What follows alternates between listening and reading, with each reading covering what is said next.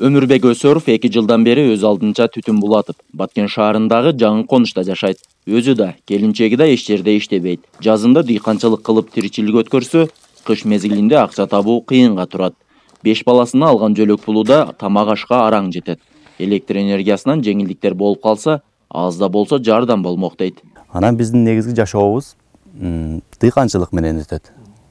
Талаа иштерин кылабыз жазы менен, анан кыш менен жашоо улана берет. Президентибиз жаңы жарлык чыгарыптыр, мына электр энергиясы боюнча 50 тыйынга түшөт дейт. Ошол 50 тыйынга түшүрсө, бизге окшогон жаш үй бүлөлөр үчүн өтө жакшы болот. Облуста 30 миңге жакын аз камсыз болгон үй бүлө каттоодо турат. Бирок булардын ичинен да канчоо жеңилдетилген тарифте электр энергиясын пайдаланат, азырынча анык эмес.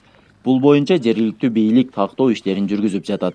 Баткен районунда 5700 аз камсыз болгон үй бүлөлөр боюнча да тактоо иштери жүрүп жатат.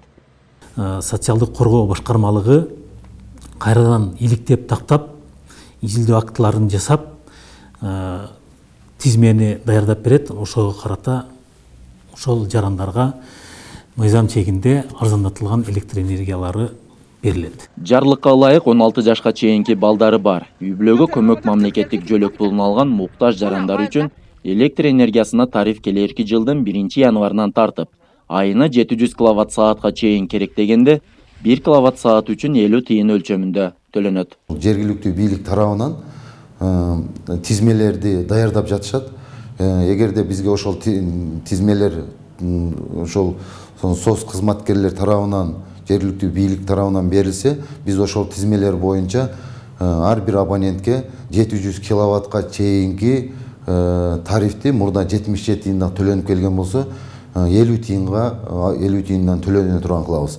Жарлыктын максаты жана милдети 16 жашка чейинки балдары бар муктаж үй бүлөлөргө социалдык маанидеги товарларга баалардын өсүшү шартында даректүү социалдык колдоо көрсөтүү болуп саналат. Максатбек Акылбеков, Ала Той 24, Баткен облусу.